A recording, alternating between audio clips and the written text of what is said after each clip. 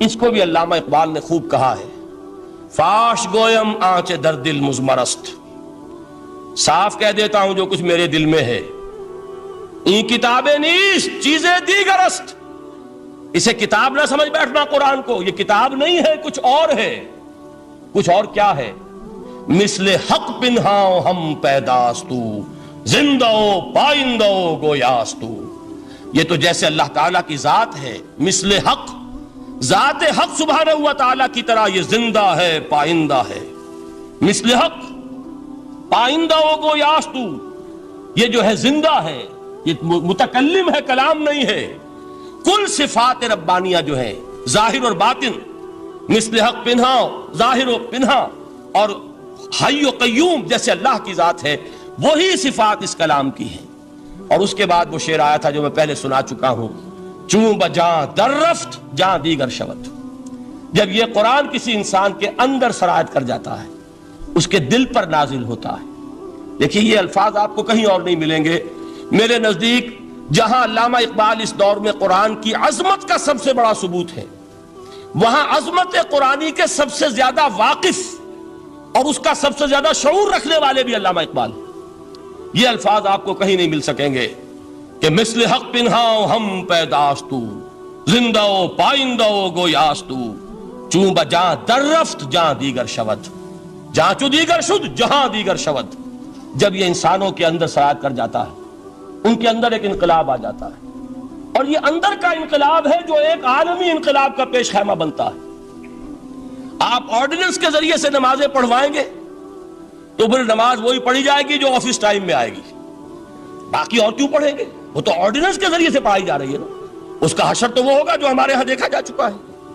اور اس وقت بھی، اس زمانے میں نے یہ سنا ایک جگہ کہ کلاس 4 امپلائیز جو ہیں، وہ شروع میں جب آرڈیننس نافذ ہوا تھا ہمارے ہاں تو دفتروں میں بڑا اہتمام ہوا، آفیسرز نے خاص طور پر بڑے اہتمام سے ظہر کی نماز پڑھنی شروع کی۔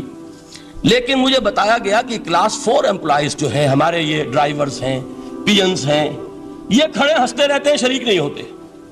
میں نے ان سے کہا وہ اس لیے کہ انہیں معلوم ہے کہ آپ بھی تو یہی پڑھ رہے ہیں صرف نماز، باقی آپ کے ڈرائیور سے اور آپ کے خانسامہ سے یہ بات چھپی ہوئی نہیں ہے کہ عصر آپ نے بھی نہیں پڑھنی، یہ صرف زور ہے جو آپ پڑھ رہے ہیں۔ تو یہ اصل میں اندر کا انقلاب جب تک نہ آئے، باہر کا ٹھوسا ہوا انقلاب، وہ تو جب پریشر ہٹ جائے گا تبدیلی ختم ہو جائے گا۔ چوں بجاں در رفت جہاں دیگر شود، اندر انقلاب آئے، جب اندر تبدیلی ہو جائے گی، اب انسان کا پورا وجود بدلے گا، پھر اس کے اندر سے تبدیلی جو ہے وہ ابھرے گی، اسے کسی خارجی دباؤ کی ضرورت نہیں ہوگی۔ جہاں چو دیگر شد جہاں دیگر شود، اور جب انسانی شخصیتوں کے اندر یہ انقلاب اندر سے آتا ہے تو پھر وہ عالمی انقلاب بنتا ہے، جیسے کہ محمد الرسول اللہ کا انقلاب۔ واقعہ یہ ہے کہ اگر جوش کانسپیریسی، عبداللہ ابن سبا کی سازش اگر کامیاب نہ ہو گئی ہوتی اور مسلمانوں کے اندر آپس کا اختلاف اور سرپھٹول نہ ہو جاتا، جو حضرت عثمان کی شہادت، پھر حضرت علی کی شہادت رضی اللہ تعالی عنہما، اور حضرت علی کی دوران خلافت یہ آپس کے جو جنگیں ہوئی، جنگ جمل، جنگ صفین، جنگ نہروان، اگر یہ نہ ہوئی ہوتی تو جس سپیڈ کے ساتھ اور رفتار کے ساتھ انقلاب محمدی کی توسیع ہو رہی تھی علی صاحب الصلاۃ والسلام، کوئی طاقت دنیا میں نہیں تھی۔ اقبال نے اس کا بھی نقشہ کھینچا ہے کہ تھمتا نہ تھا کسی سے سیل رواں ہمارا، وہ سیل رواں تھا، کوئی روکنے والا نہیں تھا۔ انٹرنل سیبوٹاج وہ ہے کہ جس نے اس انقلاب کا راستہ روکا ہے۔ تو واقعہ یہ ہے کہ وہ اندرونی انقلاب حضور نے برپا کیا قرآن کے ذریعے صحابہ میں، اندر سے جو انقلاب تھا اس نے عرب میں ایک انقلاب کی شکل اختیار کی، اور یہ انقلاب جو ہے اتنی اپنے اندر قوت رکھتا تھا، اتنی پوٹینشیلٹی تھی اس کی کہ وہ 20 برس کے اندر کہاں آکسس دریائے جیہوں، کہاں اٹلانٹک، تصور تو کیجیے، تاریخ میں اس سے پہلے اتنی بڑی کوئی مملکت قائم ہوئی نہیں، کہاں یمن اور کہاں ایشیا کوچک، ایشیا مائنر، ٹرکی، یہاں سے وہاں اور وہاں سے یہاں، اتنی عظیم مملکت حضرت عثمان رضی اللہ تعالیٰ عنہ کے خلافت میں ہو چکی تھی۔ یہ بات اگر یہ چلتا معاملہ آگے تو کوئی قوت اب نہیں رہی تھی، سلطنت روما ختم ہو چکی تھی، سلطنت کسرا ختم ہو چکی تھی، پرختے اڑ گئے تھے، اب کون سی طاقت رہ گئی تھی جو سیلاب کا راستہ روکتی؟ یہ وہ یہودی سازش ہے جس نے اندر سے سیبوٹاج کیا۔ بہرحال یہ ہے انقلاب محمدی کا طریقہ، اندر سے تبدیلی۔ اسی کو علامہ اقبال نے کہا ہے، تیرے ضمیر پہ جب تک نہ ہو نزول کتاب، گرہ کشا ہے نہ رازی نہ صاحب کشاف. یہ قرآن اب بھی تم ایسے محسوس کرو کہ جیسے تمہارے دل پر نازل ہو رہا ہے. اور مجھے یاد آیا امام ابن قیم رحمت اللہ علیہ، ان کا ایک بڑا پیارا جملہ ہے. وہ کہتے ہیں قرآن کے بعض پڑھنے والے ایسے ہیں کہ جب وہ قرآن کو پڑھتے ہیں تو یوں محسوس کرتے ہیں کہ قرآن مصحف میں لکھا ہوا نہیں ہے، ان کے اپنے دل کے اوپر کندہ ہے، دل کے اوپر سے پڑھ رہے ہیں. یعنی اتنی کامل مطابقت وہ محسوس کرتے ہیں، اپنی فطرت، ہیومن نیچر اور قرآن کے اندر اتنی مطابقت ہے. اس طرح وہ ٹیلی کرتے ہیں ایک دوسرے کے ساتھ کہ محسوس ہوتا ہے کہ وہ کتاب ان صفحات میں لکھی ہوئی نہیں ہے بلکہ لوح قلب پر لکھی ہوئی ہے کہ جہاں سے وہ انسان اسے پڑھ رہا ہے.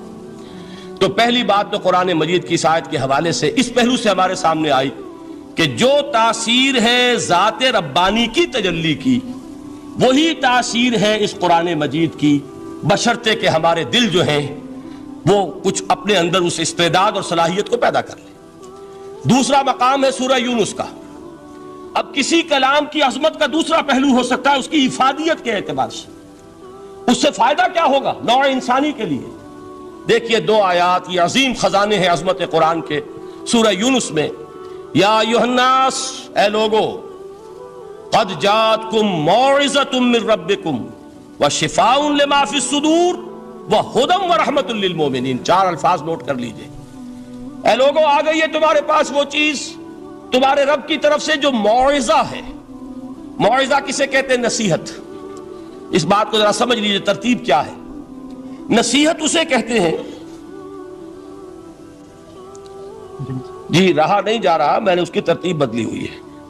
مجھے یاد دلایا ایک صاحب نے کہ سورہ رحمان کی ابتدائی آیات کا بیان تو رہ گیا، وہ رہا نہیں، میں نے پڑھا کسی اور ترتیب سے تھا، بیان کسی اور ترتیب سے کر رہا ہوں.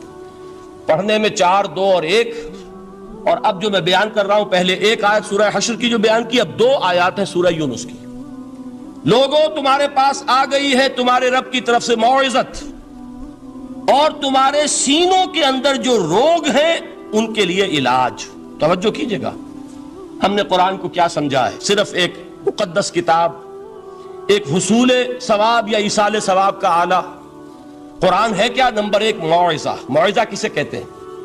وعظ اسے کہتے ہیں وہ بات جس سے دل نرم ہو جائے، دل کے اندر گداز پیدا کرنے والی شے. وجہ کیا ہے؟ اعلیٰ سے اعلیٰ حکیمانہ بات کسی سے کہی جائے، دل سخت ہے، اثر نہیں ہوگا. ایک کرسٹ آ جاتا ہے انسان کے دل کے اوپر، جیسے کہ یہود کے علماء کے بارے میں فرمایا گیا ثم قست قلوبکم فہی کالحجارۃ او اشد قسوۃ وان من الحجارۃ لما يتفجر منه الانہار وان منها لما يهبط من خشیۃ اللہ وان منها لما يشقق فيخرج منه الماء. اے لوگوں، پھر تمہارے دل سخت ہوتے چلے گئے، پھر وہ پتھروں کے مانند سخت ہو گئے، بلکہ ان سے بھی زیادہ سخت، اس لیے کہ پتھروں میں تو وہ بھی ہوتے ہیں کہ جو اللہ کے خوف سے گر جاتے ہیں، پتھروں میں وہ بھی ہوتے ہیں کہ جو اللہ کی خشیت سے پھٹ جاتے ہیں، ان میں سے پانی بہ نکلتا ہے. پتھر تو اس طرح کے ہیں، لیکن انسان کا دل جب سخت ہو جائے، جب پتھر بن جائے، تو کوئی شے دنیا کی اس کی سختی کا مقابلہ نہیں کر سکتی. پہلے اس سختی کو نرم کریں گے، جیسے زمین ہے چٹیل زمین، اس زمین کے اندر ہل چلے گا تو بارش جو ہے فائدہ دے گی. اس کو آپ زمین کو نرم کرتے ہیں تاکہ وہ بارش کو جذب کرے، ورنہ چٹیل زمین ہے سخت، وہ پانی بہ جائے گا اور وہ زمین کے اندر جذب نہیں ہوگا. تو پہلا لفظ استعمال کیا موعظہ. یہ قرآن واعظ ہے، نصیحت ہے، دلوں کو نرم کرتا ہے. دلوں پر جو کرسٹ آ گیا ہے سخت، اسے توڑتا ہے، اس میں ہل چلاتا ہے. پھر کیا کرتا ہے؟ پھر جب یہ جذب ہوتا ہے، شفاء لما فی الصدور، جو سینے کے روگ ہیں ان کے لیے شفا ہے. اب آپ غور کیجئے گا، علامہ اقبال نے انہی 2 اعتبارات سے مسلمانوں کا مرثیہ کہا ہے کہ مسلمانوں نے اس قرآن کو نہ موعظہ کے لیے استعمال کیا اور نہ تزکیہ نفس کے لیے استعمال کیا، بلکہ اس کو تو صرف بنا لیا ہے وہ جان آسانی سے نکالنے کا نسخہ یا ایصال ثواب کا آلہ. چنانچہ کہتے ہیں واعظ کے لیے واعظ دستاں زنو افسانہ بند. واعظ جو ہے ہمارے داستانے کہتے ہیں، افسانے کہتے ہیں، قصے کہتے ہیں، لطیفے کہتے ہیں. معنی او پست و حرف او بلند، اس کے بیان میں معنی تو ہوتے ہیں بہت ہی گھٹیا، نیچے کے، پست. الفاظ کا شکو ہوتا ہے، الفاظ بہت اونچے ہوتے ہیں. از خطیب و دیلمی گفتارے ہوں با ضعیف و شاذ و مرسل کارے ہوں. سارا واعظ و نصیحت جو ہو رہا ہے وہ ضعیف حدیثوں کے ذریعے سے، ضعیف روایات بخاری کی ہو، مسلم کی ہو، ترمذی کی ہو، ابن ماجہ کی ہو. کہاں خطیب بغدادی اور دیلمی وہ کتابیں کہ جن کی کوئی سند نہیں ہے، وہاں کی روایات کے ذریعے سے لوگوں کو تذکیر کرنے کی کوشش کر رہے ہیں. با ضعیف و شاذ و مرسل کارے ہوں، ضعیف روایات، شاذ روایات، مرسل روایات جن کا سلسلہ روایت محمد الرسول اللہ تک متصل نہیں ہے، اس کے ذریعے سے کر رہے ہیں. حالانکہ موعظہ، سب سے بڑا موعظہ یہ قرآن تھا. قرآن کہتا ہے خود فذکر بالقرآن من یخاف وعید. اے محمد صلی اللہ علیہ وسلم آپ اس قرآن کے ذریعے نصیحت کیجئے. یہ قرآن ہے جو دلوں کی سختی کو ختم کرے گا، گداز پیدا کرے گا. دوسری طرف علامہ اقبال کیا کہتے ہیں کہ جہاں تک ہمارے ہاں جو بھی تصوف کے معروف حلقے ہیں، صوفیاء حق کی بات نہیں کہہ رہا، وہاں قوالی ہو رہی ہوگی تو حال آ جائے گا. صوفی پشمینہ پوشے حال مست، از شراب نغمہ قوال مست. قوال سے جو کچھ مل رہا ہے، حال آ رہا ہے، مستی آ رہی ہے، کیف اور سرور حاصل ہو گیا ہے. صوفی پشمینہ پوشے حال مست، از شراب نغمہ قوال مست. لیکن یہ کہ اس کی محفل میں در نمی سازت بقرآن محفلش، اس کی محفل میں قرآن کا کہیں گزر نہیں ہے. جبکہ محمد الرسول اللہ صلی اللہ علیہ وسلم کی بھی ایک محفل ہوتی تھی، محفل سماع. وہ محفل سماع کیا تھی؟ حضور صحابہ سے فرمائش کر کر کے قرآن سنتے تھے. حضرت عبداللہ ابن مسعود رضی اللہ تعالیٰ عنہ کی روایت موجود ہے کہ مجھے ایک مرتبہ حکم دیا حضور نے کہ قرآن سناؤ. میں نے عرض کیا حضور آپ کو سناؤں؟ آپ پر تو نازل ہوا ہے. تو حضور نے فرمایا نہیں، مجھے کسی اور سے سن کر کچھ اور لطف حاصل ہوتا ہے. اب امتثال امر میں حضرت عبداللہ ابن مسعود رضی اللہ تعالیٰ عنہ نے سورہ نساء پڑھنی شروع کی. 41ویں آیت پر پہنچے. چشم تصور سے دیکھیے کہ حضور بھی تشریف فرما ہے، صحابہ کرام کی محفل ہے، اور صحابہ کیسے بیٹھا کرتے تھے ادب کے ساتھ. ایک روایت میں الفاظ آئے ایسے بیٹھتے تھے ساکت و صامت ہو کر، بالکل خاموش، سکون، ساکن اور ساکت اور صامت، کہ جیسے ان کے سروں پر پرندے بیٹھے ہیں کہ ذرا جنبش کریں گے تو پرندہ اڑ جائے گا، اس ادب کے ساتھ. تو وہ محفل جو ہے حضور صلی اللہ علیہ وسلم کی، اور ایک صحابی حضرت عبداللہ ابن مسعود گردن نیچی کیے ہوئے ہیں اور قرآن پڑھتے چلے جا رہے ہیں. جب اس آیت پر پہنچے فَكَيْفَ إِذَا جِئْنَا مِن كُلِّ أُمَّةٍ بِشَهِيدٍ وَجِئْنَا بِكَ عَلَىٰ هَٰؤُلَاءِ شَهِيدًا. کیا ہوگا اس دن جس دن کہ ہم ہر امت پر ایک گواہ کھڑا کریں گے، اور اے نبی آپ کو گواہ بنا کر لائیں گے ان کے خلاف. آپ کو یہ ٹیسٹیفائی کرنا ہوگا کہ اللہ تیرا جو کلام میرے پاس آیا تھا میں نے پہنچا دیا تھا، اب ان کی ذمہ داری ہے. They are accountable, they are responsible. اس پر حضور نے فوراً فرمایا حسبک حسبک، بس کرو بس کرو. اور حضرت عبداللہ ابن مسعود فرماتے ہیں کہ میں نے جب نگاہ اٹھا کر دیکھا حضور کے آنکھوں سے آنسو روا تھے. یہ ہے سماع، یہ محفل سماع ہے. کاش کہ اللہ تعالی ہمیں اس کی توفیق عطا فرمائے. یہ ہے مسنون محفل سماع. اس قرآن کے اندر وہ گداز ہے. آیا کہ نہیں 7ویں پارے کے بالکل آغاز میں وَإِذَا سَمِعُوا مَا أُنزِلَ إِلَى الرَّسُولِ تَرَىٰ أَعْيُنَهُمْ تَفِيضُ مِنَ الدَّمْعِ مِمَّا عَرَفُوا مِنَ الْحَقِّ يَقُولُونَ رَبَّنَا آمَنَّا فَاكْتُبْنَا مَعَ الشَّاهِدِينَ. تو یہ ہے دوسری چیز کہ در حقیقت تزکیہ نفس کا ذریعہ یہ قرآن ہے. سینوں میں جو روگ ہیں، حب دنیا، حب مال، حب شہرت، حب اقتدار، جس کو کہ ایڈلر کہتا ہے دی ارج ٹو ڈومینیٹ، میرا غلبہ ہو، میرا تسلط ہو، میں نمایاں ہو جاؤں، میری حکومت بن جائے، اختیار میرے ہاتھ میں آ جائے، دی ارج ٹو ڈومینیٹ. یہ ساری ارجز ہیں ہماری در حقیقت جس سے فساد رونما ہے. یہ حب مال ہے جس کی وجہ سے ہمارے اندر تنافس ہے. الہاکم التکاثر حتی زرتم المقابر. یہ کثرت اور بہتات کی طلب تمہیں غافل کیے رکھتی ہے یہاں تک کہ قبروں تک جا پہنچتے ہو. آنکھ انسان کی کھل نہیں پاتی. جس کے پاس 10 نسلوں کے لیے کھانے کو موجود ہے اس کی بھی حرص جو ہے اور مزید کا لالچ جو ہے وہ ختم نہیں ہوتا. یہ چیزیں ہیں اصل روگ.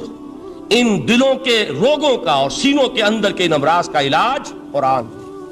یا ایھا الناس قد جاءتکم موعظۃ من ربکم وشفاء لما فی الصدور. اب جب یہ دو چیزیں ہو جائیں گی اب تیسرا لفظ ہے ہدن. ہدایت بیکار ہے جب تک دل میں گداز نہ ہو. ہدایت بیکار ہے جب تک کہ نیت درست نہ ہو. کوئی شخص بڑا عالم ہے لیکن اپنے علم کو اس نے ذریعہ بنایا ہے دنیا کمانے کا، تو در حقیقت یہ قرآن اس کے حق میں ہدایت نہیں ہے، اس کے حق میں عذاب خدا بندی کا ذریعہ بن رہا. حضور نے خود فرمایا القرآن حجت لک او علیک، یہ قرآن یا تمہارے حق میں حجت ہے یا تمہارے خلاف حجت بنے گا قرآن کے قیامت کے دن. اس لیے کہ ایک شخص اس کو دنیا کمانے کا ذریعہ بنا رہا ہے، ایک شخص اس کو شہرت کے حصول کا ذریعہ بنا رہا ہے، ایک شخص علم کو ذریعہ بنا رہا ہے دنیا میں نمایاں ہونے کا، اپنی تعریف کا. حضور نے فرمایا کہ قیامت کے دن سب سے پہلے 3 افراد کا معاملہ پیش ہوگا عدالت خدا بندی میں. ایک وہ جو بڑا عالم سمجھا جاتا تھا، اس سے بڑا علم پھیلا. دوسرا وہ جو بہت صاحب ثروت تھا، اس نے بہت خیرات کے کاموں میں پیسہ لگایا. تیسرا وہ جو دنیا میں شہید سمجھا جاتا تھا کہ اللہ کی راہ میں جنگ کرتے ہوئے جان دیا. اللہ ان تینوں سے جو اس کو نعمتیں دی تھی ان کا ذکر کر کے پوچھے گا کہ میں نے تمہیں یہ دیا، تمہیں یہ دیا، تمہیں یہ دیا، تم کیا کر کے لائے؟ وہ شہید کہے گا کہ اللہ میں نے تیری راہ میں جنگ کی اور اپنی جان دے دی تاکہ تو راضی ہو جائے. اللہ فرمائے گا کذبتا، تو نے جھوٹ بولا.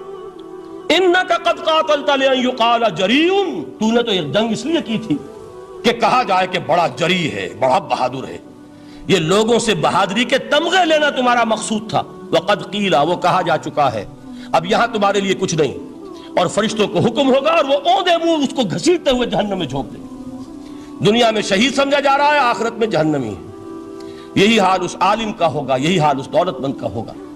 تم نے یہ علم پھیلایا تھا کہ تمہارے علم کا چرچا ہو جائے، تمہاری شہرت ہو جائے، لوگ تمہاری دستبوسی کرنے لگیں، لوگ تم سے جھک کر ملیں. وہ دنیا میں ہو گیا، تمہارا مطلوب مل چکا، تمہارا مقصود حاصل ہو چکا، اب یہاں کچھ نہیں. تو جان لیجئے کہ جب تک دلوں کے روگ درست نہ ہوں، علم بیکار ہے، ہدایت قطعاً غیر مفید ہے. پہلے دلوں کا کرسٹ اترے، اس کی سختی دور ہو، یہ ہے موعظہ. دلوں کے اندر سے حب جاہ، حب دنیا، حب مال نکلے، یہ ہے تزکیہ. شفاء لما فی الصدور، اب ہدایت خدا بندی، اب راستہ آپ دیکھیں گے اور اس راستے پر چلیں گے. یہ ہدایت جو ہے دنیا میں، یہی آخرت میں رحمت کی شکل میں ظاہر ہوگی. جنہوں نے اس قرآن کی ہدایت سے فائدہ اس دنیا میں اٹھایا، آخرت میں رحمت خدا بندی کی بدلیاں ان پر سایہ کریں گی. ایک حدیث میں تو باقاعدہ الفاظ آئے ہیں کہ سورہ بقرہ اور سورہ آل عمران یہ 2 بدلیوں کی صورت میں ظاہر ہوں گی میدان حشر میں، اور ان لوگوں پر سایہ کریں گی کہ جن کو ان سے بڑی محبت تھی. یہ 4 الفاظ نوٹ کر لیجئے اسی ترتیب کے ساتھ. یا ایھا الناس قد جاءتکم موعظۃ من ربکم وشفاء لما فی الصدور وہدی ورحمۃ للمؤمنین قل بفضل اللہ وبرحمتہ. اے نبی کہہ دیجئے یہ اللہ کا بڑا فضل ہے، لوگوں سمجھو. اس کی بڑی رحمت کا ظہور ہوا ہے اس قرآن کی شکل میں. اس کی رحمت کا مظہر عدم قرآن ہے، اس کے فضل کا سب سے بڑا ثبوت قرآن ہے. فبذالک فلیفرحوا، اس پر انہیں خوشیاں منانی چاہیے. اترانا ہے تو اس پر اترائیں کہ اتنی بڑی دولت ہمارے پاس ہے، اتنا بڑا احسان ہے جو اللہ نے ہم پر کیا ہے. فبذالک فلیفرحوا هو خیر مما یجمعون، جو چیزیں یہ جمع کرنے کی فکر کر رہے ہیں ان سے کہیں زیادہ قیمتی یہ قرآن ہے. کاش کہ یہ 2 آیات ہی ہمارے قلب کے اوپر یہ کندہ ہو جائیں. پہلی بات میں نے عرض کی تھی، اس کا شعور ہر ایک کے لیے ممکن نہیں، اس کا باطن بیدار ہو چکا ہو. لو انزلنا هذا القرآن على جبل لرأيته خاشعا متصدعا من خشیۃ اللہ. جن کی ارواح بیدار ہو چکی ہوں وہ قرآن کی اس تاثیر کو محسوس کریں گے. لیکن یہ دوسری چیز ہے کہ جو ہمارے لیے پریگمیٹک پہلو سے، عملی اعتبار سے، افادے کے اعتبار سے یہ 4 الفاظ اور رحمت اور فضل خدا بندی کا سب سے بڑا مظہر، اور خوشیاں مناؤ کہ اللہ کی یہ نعمت تمہارے پاس موجود ہے. اب وہ تیسرا مقام ہے سورہ رحمان کا، بڑی چھوٹی چھوٹی آیات. آپ نے سنا ہوگا حضور نے سورہ رحمان کے بارے میں فرمایا ہے سورۃ الرحمان عروس القرآن. یہ سورہ رحمان جو ہے یہ قرآن کی دلہن ہے. جیسے دلہن کو آپ خوشنما لباس پہناتے ہیں، آراستہ پیراستہ اس کو گہنے اور اس کو زیور پہناتے ہیں، تو جس طریقے سے سجاتے ہیں آپ دلہن کو، اللہ تعالیٰ نے ایک سورت قرآن مجید میں یہ ایسی رکھی ہے سورہ رحمان کہ اسے خوب سجایا ہے. اس میں الفاظ کا در و بست، اس کا اپنا ایک ڈیوائن میوزک ہے. وہ تو اللہ تعالیٰ قراء جو ہے، خاص طور پر مصر کے قراء، اللہ تعالیٰ ان پر رحمت نازل فرمائے، ان کی خطاؤں سے درگزر کرے. جس طرح قرآن کے انٹرنسک میوزک کو انہوں نے واضح کیا ہے، واقعہ یہ ہے کہ اگر یہ لوگ نہ ہوتے، شیخ عبد الباسط محمد عبد الصمد، شیخ محمود خلیل الحصری، یہ لوگ کہ جنہوں نے قرآن کے اس غنا، میوزک، یہ لفظ جو ہے آپ حیران نہ ہو کہ میں یہ کوئی شاید توہین کر رہا ہوں قرآن کی، حضور نے یہ لفظ استعمال کیا ہے، تغنو، اس قرآن کو اچھی سے اچھی خوشلحانی کے ساتھ پڑھو، من لم یتغن بالقرآن فلیس منا، جو قرآن کو بہتر سے بہتر انداز میں، اچھی سے اچھی آواز میں، خوشلحانی کے ساتھ پڑھنے کی کوشش نہیں کرتا، وہ ہم میں سے نہیں ہے۔ بلکہ ایک مرتبہ حضور رات کے وقت آپ گشت پر تھے اپنے ساتھیوں کے حالات معلوم کرنے کے لیے، حضرت ابو موسیٰ اشعری رضی اللہ تعالیٰ عنہ ایک صحابی ہیں، ان کے گھر کے پاس سے گزر ہوا، وہ رات کو تہجد پڑھ رہے تھے، کھڑے ہوئے کیف کے عالم میں قرآن تلاوت کر رہے ہیں، حضور کو بہت پسند آئی ان کی قرات، کافی دیر تک وہاں کھڑے سنتے رہے۔ اب انہیں کیا پتا کون سن رہا ہے، بالکل اسی طرح سمجھ لیجئے ایک بات یاد آئی ہے، حضور فرماتے ہیں کہ جس طرح کان لگا کر اللہ قرآن کو سنتا ہے کسی چیز کو نہیں سنتا، ہمیں نظر نہیں آتا نا، ہمیں معلوم نہیں، ہم قرآن پڑھ رہے ہیں تو سننے والا کون ہے؟ سب سے زیادہ کان لگا کر خود اللہ۔ یہاں اس لیے مجھے یاد آیا کہ ابو موسیٰ اشعری کو کیا پتا تھا کہ کون سن رہا ہے، وہ اپنی کیفیت میں نماز میں تہجد میں قرآن کی تلاوت کر رہے تھے، اور ظاہر بات ہے ان کے گھر ایکڑوں میں بنے ہوئے نہیں تھے، ایک ایک کمرہ، ایک ایک کوئی حجرہ، ایسے ہی تو گھر تھے نا صحابہ کے، لہذا حضور پاس سے گزرے، آواز آئی، کافی دیر سنتے رہے، اس کے بعد آپ تشریف لے گئے، صبح فجر میں ملاقات ہوئی تو حضور نے تحسین کے انداز میں فرمایا، یا ابا موسیٰ انک قد اوتیت مزمارا من مزامیر آل داؤد، اے ابو موسیٰ تمہیں تو آل داؤد کے سازوں میں سے ایک ساز اللہ نے عطا فرما دیا ہے۔ جس طرح حضرت داؤد، لہن داؤدی مشہور ہے کہ جب وہ پچھلے پہر رات کو حمد کے ترانے الاپتے تھے، قرآن میں ہے کہ پرندے شامل ہو جاتے تھے ساتھ، اور پہاڑ وجد میں آتے تھے، پہاڑ بھی ان کے ساتھ شریک ہوتے تھے، تو جس طرح کا اللہ نے ان کو لہن عطا فرمایا تھا، حضور نے تحسین کے انداز میں فرمایا ہے ابو موسیٰ اشعری، اللہ نے تمہیں بھی آل داؤد کے سازوں میں سے ایک ساز عطا فرمایا۔ بہرحال قرآن مجید کا جو یہ میوزک ہے، قرآن کے الفاظ کا جو حسن ہے، جہاں تک حسن معنوی ہے وہ تو ہر لفظ میں ہے، لیکن یہ حسن ظاہری، حسن صوتی، حسن لفظی، یہ اپنے کلائمیکس پر آپ کو نظر آئے گا سورہ رحمان میں۔ لیکن قرآن میں یہ سورت اس اعتبار سے بھی ممتاز ہے، اس کی 4 آیات پر ذرا توجہ کریں گے، عجیب حقائق سامنے آئیں گے۔ جہاں یہ قرآن مجید کے حسن صوت اور حسن لفظی کی معراج ہے، وہیں اس کی پہلی 4 آیات میں 4 چوٹی کی چیزوں کا ذکر ہے، سب سے اونچی چیزیں۔ پہلی آیت کیا ہے؟ الرحمن، ایک آیت ہو گئی۔ رحمان کیا ہے؟ اللہ کا نام ہے۔ کبھی آپ نے غور کیا اللہ کے ناموں میں سب سے پیارا نام کون سا ہوگا؟ رحمان۔ کیوں؟ اس کا مادہ کیا ہے؟ رحمت۔ ہمیں سب سے بڑھ کر جس چیز کی ضرورت ہے وہ کیا ہے؟ رحمت خدا بندی۔ نام اچھی طرح سن لیجئے اس حضور کے قول کو، حضور فرماتے ہیں کوئی شخص جنت میں مجرد اپنے عمل کی بنیاد پر داخل نہیں ہو سکے گا جب تک کہ رحمت خدا بندی دستگیری نہ کرے۔ کسی صحابی نے بڑی ہمت اور جرات کا ثبوت دیا کہ پوچھ لیا، کیا حضور آپ بھی؟ جب آپ نے فرمایا کوئی شخص داخل نہیں ہو سکتا جنت میں محض اپنے عمل کی بنیاد پر جب تک کہ رحمت خدا بندی جو ہے وہ دستگیری نہ فرمائے، پوچھا گیا کیا آپ بھی؟ آپ نے فرمایا ہاں میں بھی۔ آپ اندازہ کیجئے کہ اگر محمد الرسول اللہ بھی رحمت خدا بندی کے ضرورت مند ہوں تو تاب دیگراں چہ رسد، ہماری تو سب سے بڑی ضرورت رحمت خدا بندی ہے۔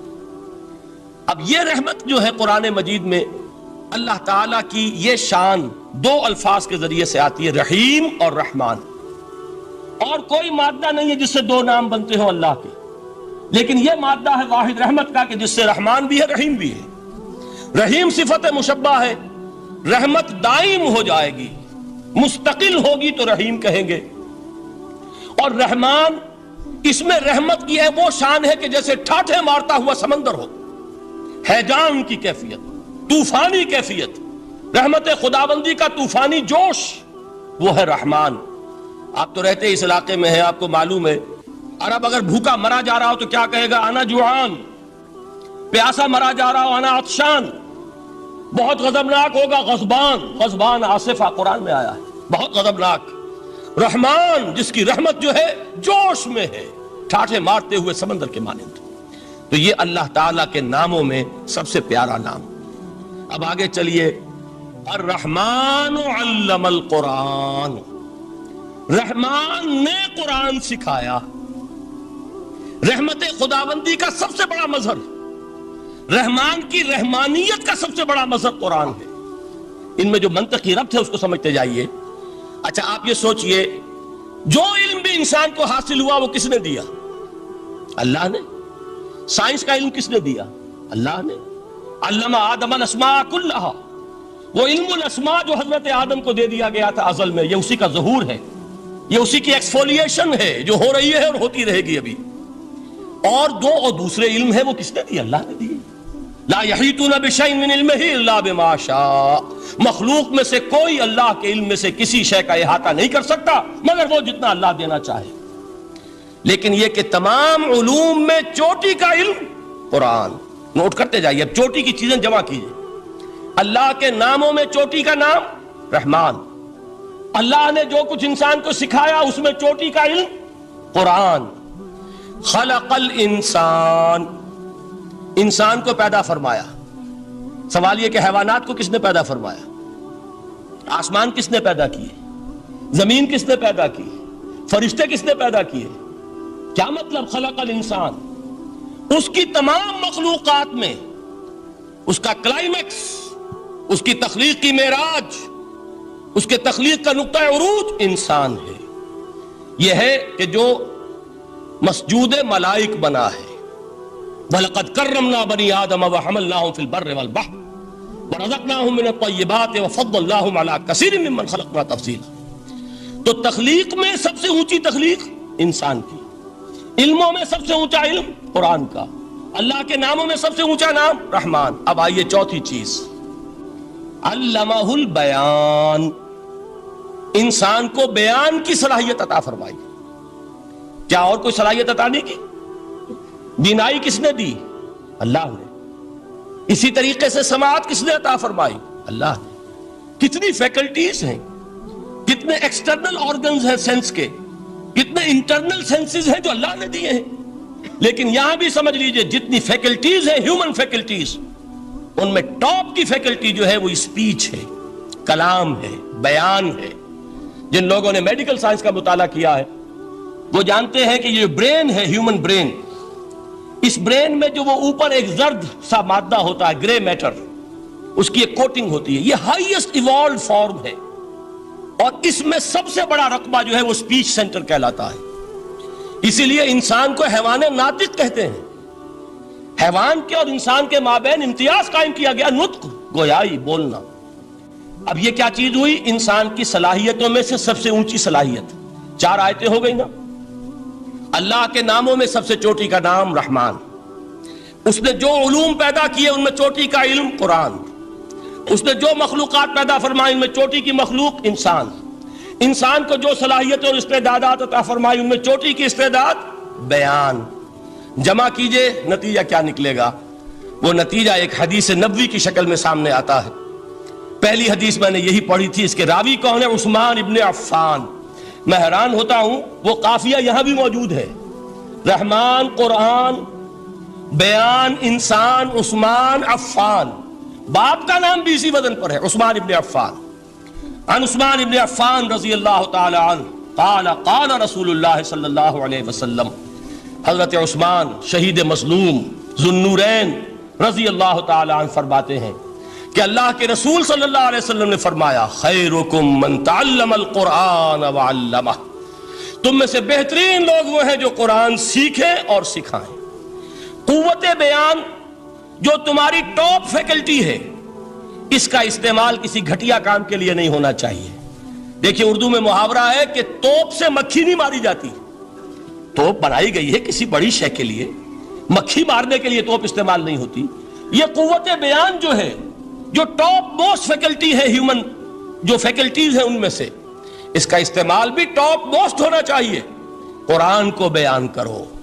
وہ جیسے کہ علامہ اقبال نے کہا ہے، بلکہ غالباً ان کے قبر پر آس پاس جو اشعار لکھے ہوئے ان میں سے ایک یہ بھی ہے، اگر یک قطرہ خونداری، اگر مشتے پرے داری، بیابامن تو آموزم طریق شاہ بازی را، اگر تمہارے اندر ایک قطرہ بھی خون کا ہے اور مٹھی بھر بھی پر اگر اللہ نے دیے ہیں تو میرے پاس آؤ کہ میں تمہیں شہبازی کے طریقے سکھاؤں. اسی طرح جان لیجئے اگر اللہ نے قوت گویائی عطا فرمائی، اگر اللہ نے تمہیں حیوان ناطق بنایا، اگر اللہ تعالیٰ نے تمہیں یہ صلاحیت عطا فرمائی، اس صلاحیت کا مصرف دنیا کو نہ بناؤ، اس صلاحیت کا مصرف اللہ کے کلام کو پھیلانے پر اس کو صرف کرو. خیرکم من تعلم القرآن وعلمہ. خیر جب لفظ آتا ہے بغیر من کے، ورنہ تو آتا ہے خیر من ہو، تو یہ ہوگی کمپیریٹیو جو ایک ایڈجیکٹیو جو ہوتی ہے، لیکن یہ سپرلیٹیو ڈگری ہے جب بغیر من کے ہوگا. خیرکم، دی بیسٹ امنگسٹ یو، جو تم میں بہترین لوگ ہیں وہ کون ہیں؟ من تعلم القرآن وعلمہ، جو قرآن سیکھیں اور سکھائیں، قرآن پڑھیں اور اسے بیان کریں.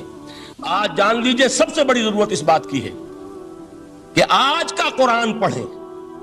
آپ حیران ہوں گے کہ یہ کیا کہا اس میں. دیکھیے قرآن اترا ہے 1400 برس پہلے، لیکن تا قیام قیامت نوع انسانی کو جتنے مسائل درپیش ہوں گے ان سب کا حل اس میں ہے. البتہ کھودنا پڑے گا، گہرائی میں اترنا ہوگا. ایک قرآن کی سطح ہے، اس سطح نہیں، اس کی گہرائیوں کے اندر غوطہ زنی کرو. قرآن میں ہو غوطہ زن اے مرد مسلمان. اور آج کا قرآن یعنی آج کی ہدایت جو اللہ نے اس میں رکھی ہوئی ہے، ڈگ اٹ آؤٹ، اس کو نکالو اس کے اندر سے. ابھی میں حدیث جو آپ کو سناؤں گا اس میں یہ تصور آئے گا سامنے اور واضح ہو کر. آج کے انسان کی رہنمائی اس قرآن سے اخذ کر کے انسان تک پہنچاؤ. یہ ہے فریضہ محمد الرسول اللہ کی امت کا صلی اللہ علیہ وسلم. آپ نے وہ حدیث سنی تھی کہ بلغوا انی ولو آیۃ. حضور نے خطبہ حجۃ الوداع میں پہلے تو گواہی لی مسلمانوں سے، 1.25 لاکھ کا مجمع جمع تھا. حجۃ الوداع آخری حج. آپ نے اپنے خطبے میں جس کے چند جملے میں سنا چکا ہوں آپ کو ایچ جی ویلز کے حوالے سے، اپنی تعلیمات کے اہم نکات کو بار بار دہرا کر بیان کیا، ہیمر کیا، اچھی طرح ذہنوں میں اتارا. اس کے بعد ایک سوال کیا، الا هل بلغت؟ لوگوں میں نے پہنچا دیا کہ نہیں؟ اور پورے مجمع نے کہا انا نشہد انک قد بلغت. بلکہ ایک روایت میں الفاظ بڑے پیارے آئے ہیں، انا نشہد انک قد بلغت الرسالۃ وادیت الامانۃ ونصحت الامۃ وکشفت الغمۃ. ہاں حضور ہم گواہ ہیں، آپ نے امانت ادا کرنے کا حق ادا کر دیا، رسالت کے فرائض کا حق ادا کر دیا، امت کی خیر خواہی کا حق ادا کر دیا، اور آپ نے گمراہی کے پردوں کو چاک کر دیا، اندھیروں کو چاک کر دیا. 3 مرتبہ حضور نے سوال کیا، 3 مرتبہ جواب لیا. پھر آپ نے نگاہ آسمان کی طرف اٹھائی، انگشت شہادت سے 3 مرتبہ اشارہ کیا، اللہم اشہد، اللہم اشہد، اللہم اشہد. اے اللہ تو بھی گواہ ہے، یہ مان رہے ہیں کہ میں نے یہ قرآن ان تک پہنچا دیا. یعنی جسے آپ انگریزی میں کہتے ہیں سائی آف ریلیف، کہ ایک بڑا بھاری بوجھ آ پڑا تھا، بڑی ذمہ داری تھی. انا سنلقی علیک قولا ثقیلا، اے محمد ہم آپ پر ایک بڑی بھاری بات ڈالنے والے ہیں. اے اللہ گواہ ہے کہ وہ بوجھ میرے کاندھے سے اتر گیا. یہ تسلیم کر رہے ہیں کہ میں نے حق امانت ادا کر دیا. تیری امانت تھی میرے پاس یہ کلام، اللہ کا یہ پیغام انسانوں کے لیے نازل ہوا محمد پر صلی اللہ علیہ وسلم. تو امانت کا بوجھ کس کے بارے گرا، کس کے کاندھے پر ہے؟ حضور کے. اگر ادا نہ کرتے، ابھی وہ آپ نے آیت سنی تھی، یا ایھا النبی بلغ ما انزل الیک من ربک فإن لم تفعل فما بلغت رسالتہ. یا ایھا الرسول، اے رسول صلی اللہ علیہ وسلم پہنچا دیجئے جو کچھ نازل کیا گیا ہے آپ پر آپ کے رب کی طرف سے، اور اگر بالفرض آپ نے ایسا نہ کیا تو امانت کا حق ادا نہیں ہوگا، رسالت کا حق ادا نہیں ہوگا. حضور نے پہنچا کر گواہی لے کر جیسے کہ ایک اطمینان کا سانس لیا، اللہم اشہد، اللہ تو بھی گواہ رہے. اس کے بعد آپ نے فرمایا تھا وہ چھوٹا سا جملہ جو آپ میں سے ہر شخص بآسانی یاد کر کے اٹھ سکتا ہے، فَلْيُبَلِّغِ الشَّاهِدُ الْغَائِبَ. اب پہنچائیں وہ جو یہاں ہیں ان کو جو یہاں نہیں ہیں، اس لیے کہ میری رسالت پوری نوع انسانی کے لیے. وقت فرصت ہے کہاں، کام ابھی باقی ہے، نور توحید کا اتمام ابھی باقی ہے. ابھی تو ہند تک یہ پیغام جانا ہے، چینیوں تک جانا ہے، ابھی یورپ میں اس پیغام کو پہنچنا ہے. دی اذانیں کبھی یورپ کے کلیساؤں میں، کبھی افریقہ کے تپتے ہوئے صحراؤں میں. یہ کون کرے گا؟ اے امت محمد، یہ ذمہ داری اب تمہاری ہے صلی اللہ علیہ وسلم. اسی کو آپ نے مزید تاکیدن فرمایا بلغوا انی ولو آیتن، میرا کوئی امتی بھی اس سے بالکل فارغ نہ رہ جائے، بالکل محروم نہ رہے، ایک آیت بھی پہنچا سکتا ہو تو پہنچائے۔ یہ ہے وہ ذمہ داری کہ جو اس حدیث کی روح سے خیرکم من تعلم القرآن وعلمہ، ایک ہوتا ہے ذمہ داری کو ایک بوجھ کی حیثیت سے، ایک فرض کی حیثیت سے بیان کرنا، یہاں ہے تشویق اور ترغیب کا انداز۔ کون نہیں چاہتا کہ میں بہتر سے بہتر کیریئر اختیار کروں؟ کون نہیں چاہتا کہ میری زندگی اعلیٰ سے اعلیٰ ہو؟ کون نہیں چاہتا کہ میرا وقت جو ہے اس کی بڑی سے بڑی قیمت مجھے ملے؟ کاش کہ ہمیں معلوم ہوتا کہ قرآن کا سیکھنا اور سکھانا کتنا اعلیٰ کیریئر ہے۔ کاش کہ ہمیں معلوم ہوتا کہ قرآن کی تبلیغ اور دعوت، اس میں جو لمحہ گزر رہا ہے وہ کتنا قیمتی ہو گیا ہے، اس کا کتنا بڑا جو ثواب اللہ کے ہاں ملنا ہے۔ تو خیرکم من تعلم القرآن وعلمہ، تم میں سے بہترین لوگ وہ ہیں جو قرآن سیکھیں اور سکھائیں۔ دوسری حدیث حضرت عمر سے مروی ہے رضی اللہ تعالیٰ عنہ۔ یہ پہلی روایت متفق علیہ تھی، بخاری اور مسلم دونوں میں موجود ہے۔ دوسری روایت صحیح مسلم کی ہے۔ حضرت عمر فرماتے ہیں قال قال رسول اللہ صلی اللہ علیہ وسلم ان اللہ یرفع بہذا الکتاب اقواما ویضع بہ آخرین، اللہ اب اس کتاب کے ذریعے قوموں کو اٹھائے گا اور اسی کو ترک کرنے کے باعث رسوا کر دے۔ یہ ہے اب ابد الآباد تک کے لیے، خاص طور پر مسلمانوں کے لیے اللہ تعالیٰ کا یہ قانون۔ اس کتاب کو لے کر اٹھیں گے سربلند ہوں گے، اس کتاب کو پیٹھ دکھائیں گے ذلیل کر دیے جائیں۔ یہ گویا کہ اب امت مسلمہ کی قسمت جو ہے وہ تلے گی اس کتاب کی میزان میں، اسی میں طے ہوگا کہ ان کے لیے عروج ہو یا زوال ہو۔ اسی کو وہ جواب شکوہ میں علامہ اقبال نے سادہ ترین الفاظ میں کہا تھا، وہ زمانے میں معزز تھے مسلمان ہو کر اور تم خار ہوئے تاریک قرآن ہو کر۔ فارسی میں اسی کو مفہوم کو جو ادا کیا ہے جس خوبصورتی سے، اس کا تو جواب نہیں ہے کہ اے مسلمان خار از مہجوری قرآن شدی، تم جو ذلیل و خار ہو گئے ہو دنیا میں۔ ایک سوال شاعر نے کبھی کیا تھا نا، بڑا پیارا سوال تھا، ہے آج کیوں ذلیل کہ کل تک نہ تھی پسند، گستاخی فرشتہ ہماری جناب۔ بڑا پیارا سوال ہے، جواب علامہ اقبال دے رہے ہیں خار از مہجوری قرآن شدی، قرآن سے لا تعلق ہونے کی بنیاد پر تم ذلیل و رسوا ہوئے۔ شکوہ سنجے گردش دوراں شدی، گردش دوراں اور گردش فلک اور فلک ناہنجار اور فلک کج رفتار، اس کو خامخواہ گالیاں دے رہے ہو، اس کا خامخواہ شکوہ کر رہے ہو، شکایت کر رہے ہو، یہ تو اے باد صبائی ہما آوردہ تست، یہ تمہارے اپنے کرتوتوں کا کی سزا ہے جو تمہیں مل رہی ہے۔ تم نے قرآن کو پیٹھ دکھائی، تم ذلیل و رسوا کر دیے۔ خار از مہجوری قرآن شدی، شکوہ سنجے گردش دوراں شدی، اے چو شبنم بر زمیں افتندئی، در بغل داری کتاب زندئی، اے وہ قوم جو شبنم کی طرح زمین پر پڑی ہے، اغیار اسے پاؤں تلے روند رہے ہیں، جیسے آپ صبح کو سیر کرنے نکلتے ہیں، سبزے پر پڑی ہوئی شبنم اسے آپ روندتے ہیں اپنے قدموں تلے۔ اے امت محمد، آج تو دنیا کی قوموں کے سامنے اسی طرح پابال ہے، سرنگوں ہے، لیکن ہوش میں آ کہ تیری بغل میں وہ کتاب زندہ موجود ہے، وہ کتاب زندہ جس نے کہ دنیا میں یہی جزیرہ نماء عرب، وحشی لوگوں کا مسکن، نہ یہاں علم، نہ یہاں تمدن، نہ یہاں تہذیب، نہ یہاں تنظیم، کوئی ڈسپلن نہیں، کوئی حکومت نہیں، کوئی تہذیب نہیں، کچھ نہیں، تاریکیاں ہی تاریکیاں۔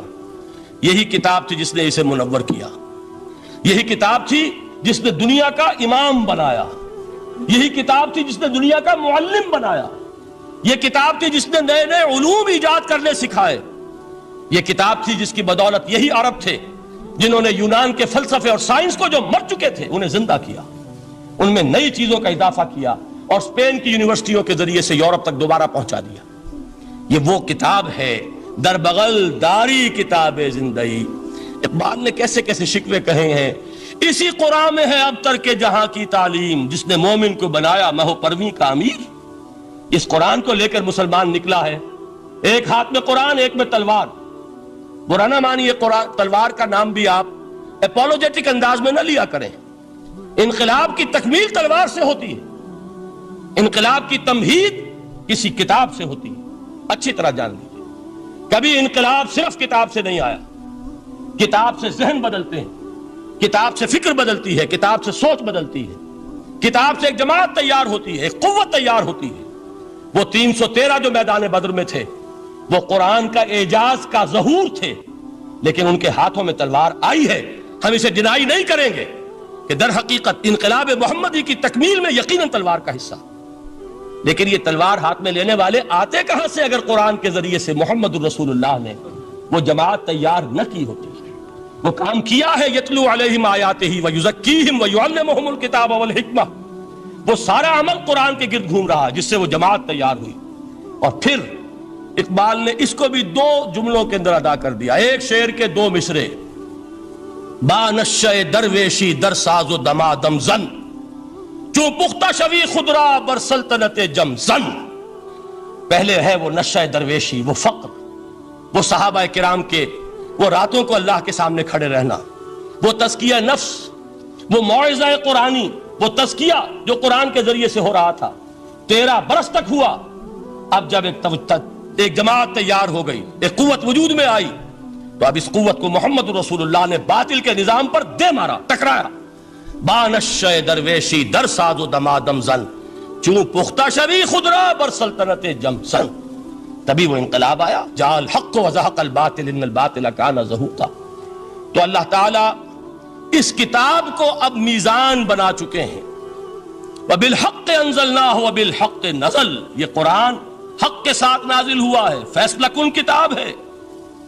انہ لقول فصل وما هو بالہزل، یہ قول فصل ہے، ہزل نہیں ہے، کسی شاعر کی شاعری نہیں ہے کہ آپ نے تحسین کی تو کیا اور نہ کی تو کیا۔ یہ کتاب وہ ہے کہ اگر مانو گے تو مہو پرویں کا امیر بنو گے، اور اگر اس کو پیٹھ دکھائے رکھو گے جیسے دکھائی تم نے تو ذلیل کر دیے جاؤ گے، رسوا کر دیے جاؤ گے، جیسے کہ آج کم سے کم 300 برس سے پوری دنیا میں مسلمان ذلیل اور خوار ہیں۔ خار از محجوری قرآن شدی، شکوہ سنجے گردش دوران شدی، اے چو شبنم بر زمیں افتندئی، در بغل داری کتاب زندئی، ان اللہ یرفع بہذا الکتاب اقواما ویضع بہ آخرین۔ رواہ مسلم، آخری حدیث جس پر کہ میں اپنی گفتگو ختم کر دوں گا، یہ حضرت علی سے ہے رضی اللہ تعالی عنہ۔ دیکھیے، ایک حدیث حضرت عثمان سے، ایک حضرت عمر سے، ایک حضرت علی سے۔ یہ سب کون ہیں؟ یہ سب ہمارے ہیں۔ یہ محمد الرسول اللہ صلی اللہ علیہ وسلم کی تربیت کا شاہکار۔ حضرت ابوبکر رضی اللہ تعالیٰ عنہ سے بھی ایک حدیث مروی ہے، لیکن اس کا متن مجھے یاد نہیں تھا۔ مفہوم اس کا یہ ہے کہ جس شخص کو اللہ نے قرآن جیسی دولت دی ہو اور پھر بھی کبھی اس کے دل میں یہ خیال آئے کہ اللہ نے اپنے کسی اور بندے کو کوئی زیادہ بڑی نعمت دی ہے، اس نے قرآن کی ناقدری کی۔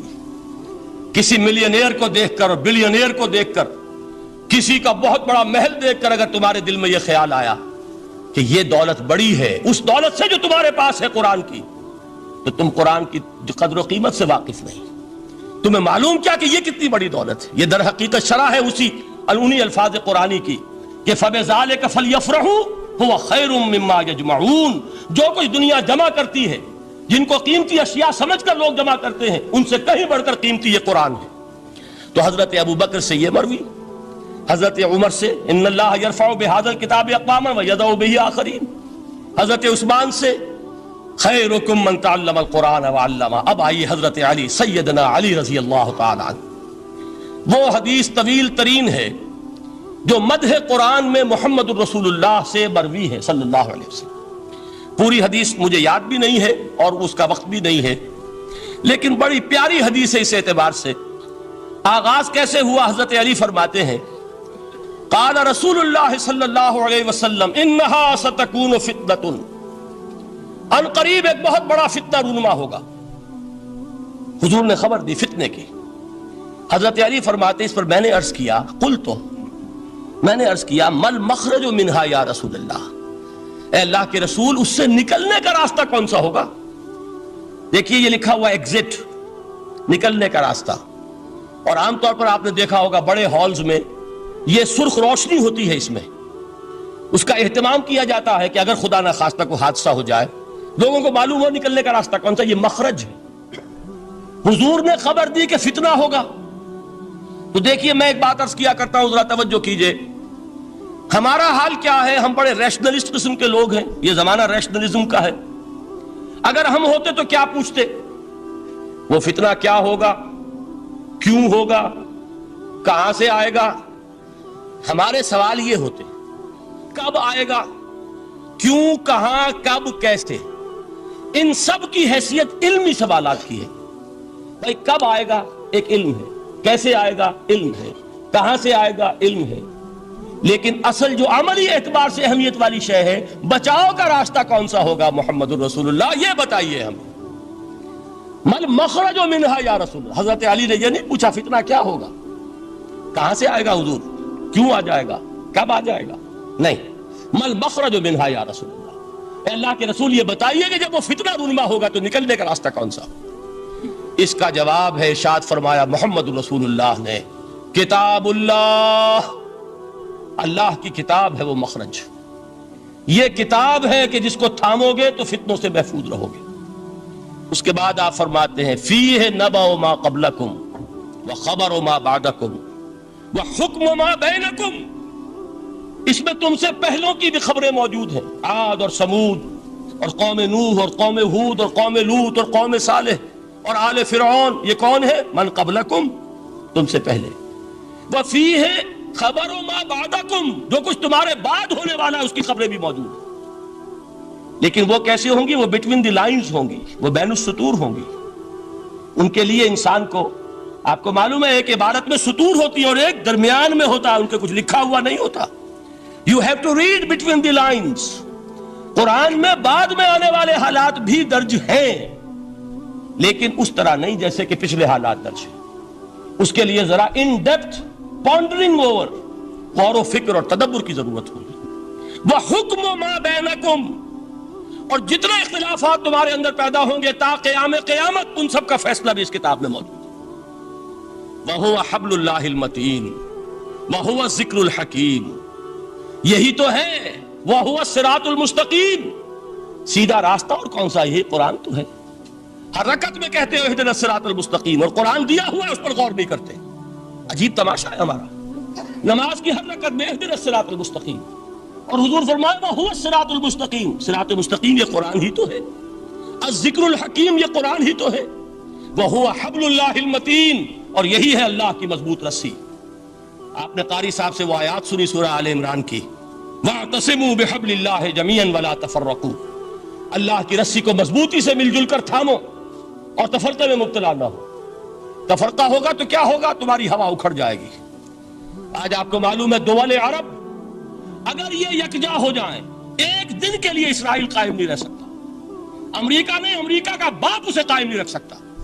اگر امت عرب ہی جمع ہو جائے، عالم اسلام تو بڑی شے ہے، جو وسائل ان کے پاس ہیں، جو اللہ تعالیٰ نے ان کو نعمتیں عطا فرمائی ہیں، لیکن افتراق، انتشار، اختلاف، جتھے بندی، گروہ بندی، دھڑے بندی، اس نے اسرائیل کا خنجر ان کے سینے میں پیوست کیا، اس لیے کہ فَتَذْهَبَ رِيحُكُمْ، اگر تم اختلاف کرو گے تو تمہاری ہوا اکھڑ جائے گی، آج وہ ہوا اکھڑ چکی ہے۔ تو فرمایا وَاعْتَصِمُوا بِحَبْلِ اللَّهِ جَمِيعًا وَلَا تَفَرَّقُوا، اللہ کی رسی کو مضبوطی کے ساتھ مل جل کر تھامو اور تفرقے میں مت پڑو۔ حضور فرما رہے ہیں وہ اللہ کی رسی کون سی؟ هو حبل اللہ المتین، یہی قرآن ہے اللہ کی مضبوط رسی۔ علامہ اقبال نے کیا خوب کہا ہے، علامہ اقبال نے قرآن اور حدیث کے حقائق کو جس طریقے سے اشعار کا جامع پہنایا ہے، وہ تو خود کہتے ہیں گوہر دریائے قرآن سفتام، میں نے قرآن مجید کے دریا سے موتی نکال کر اپنے اشعار کے اندر میں نے چن دیے ہیں، میرا کام اور کچھ نہیں ہے۔ موتی کوئی بھی غواص پیدا نہیں کرتا، دریا کی گہرائی سے نکال لاتا ہے۔ یہ میری حکمت نہیں ہے جو میرے اشعار میں ہے، یہ میں نے قرآن مجید کے دریا میں غوطہ زنی کر کے اس سے یہ موتی نکالے۔ گوہر دریائے قرآن سفتام۔ اب دیکھیے اسی حدیث کے اس ٹکڑے کو کیسے شعر میں لائے ہیں، از یک آئینی مسلمان زندہ است، پے کرے ملت سے قرآن زندہ ہست۔ مسلمان کی زندگی تو ایک آئین کے بدولت ہے، یہ آئین قرآن، جو کہا تھا کبھی قائد اعظم مرحوم نے جب پوچھا گیا تھا کہ آپ کے پاکستان کا دستور کیا ہوگا، کیا فرمایا تھا یاد کیجئے کہ ہمیں کسی نئے دستور کی ضرورت نہیں، ہمارا دستور 1400 برس پہلے طے ہو چکا ہے۔ یہ ہماری بدقسمتی ہے جو کچھ کہا تھا قائد اعظم نے کہ God has given us a golden opportunity to prove our worth as architects of a new state۔ and let it not be said that we didn't prove equal to the task. میں معذرت کے ساتھ عرض کروں گا حضرت کہ واقعہ یہ ہے کہ ہم اس کے equal to the task ثابت نہیں ہوئے. قائد اعظم کا دیا ہوا پاکستان آج دنیا میں موجود نہیں ہے.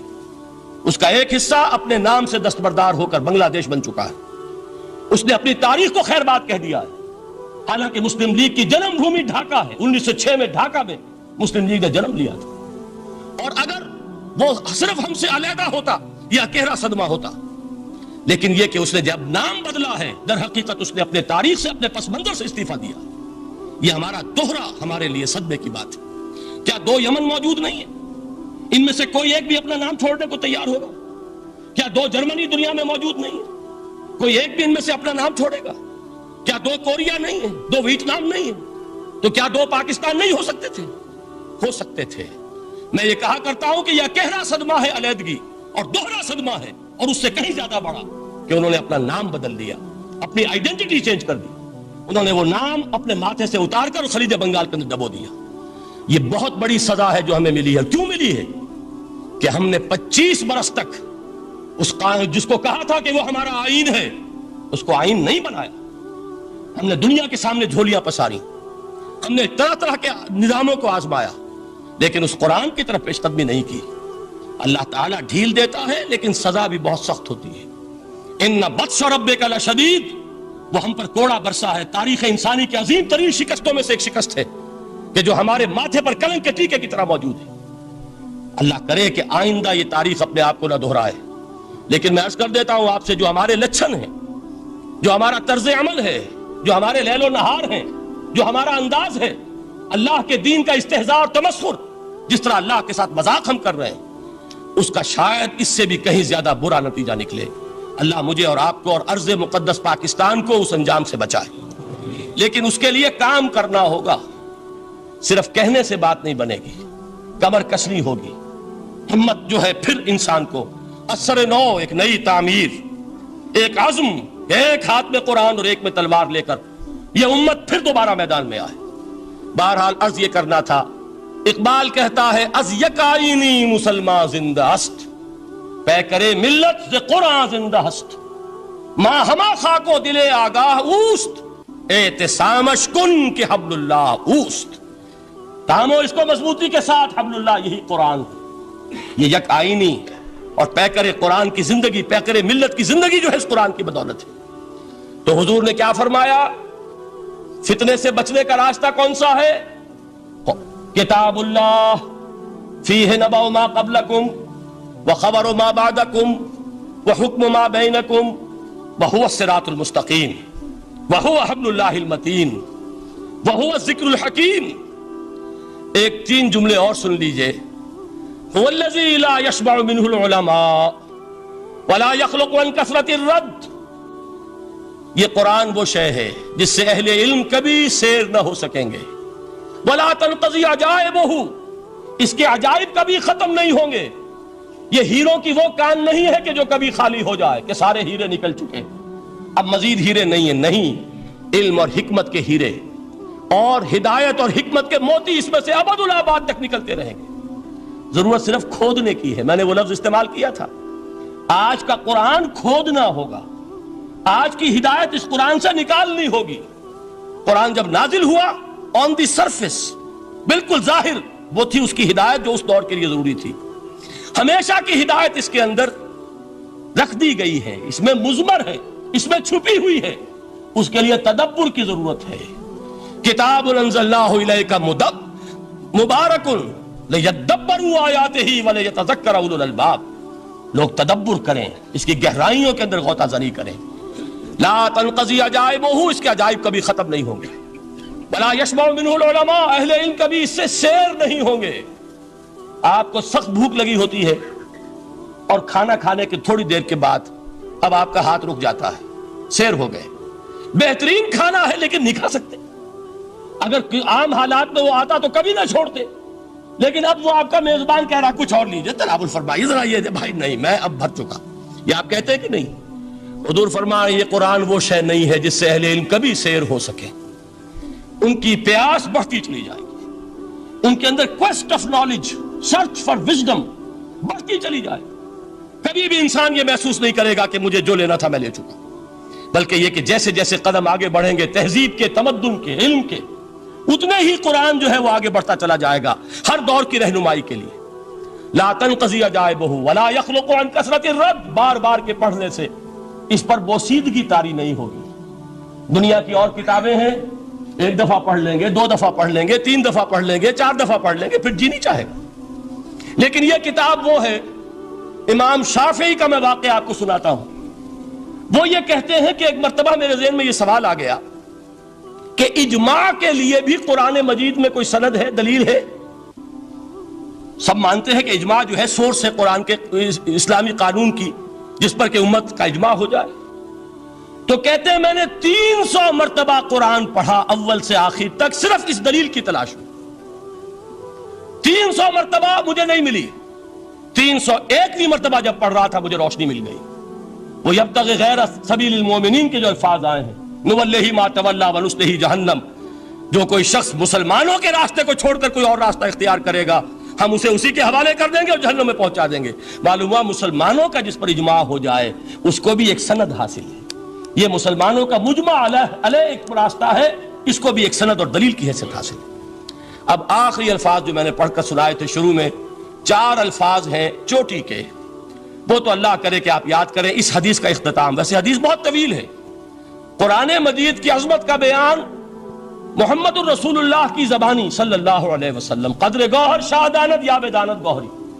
میں نے قرآن کے 3 مقامات سے 7 آیتیں سنائی اور حضور صلی اللہ علیہ وسلم کی چند احادیث سنا رہا ہوں۔ آخری الفاظ کیا ہیں؟ من قال بہ صدق، جس نے اس قرآن کی بنیاد پر کوئی بات کہی اس نے سچ کہا۔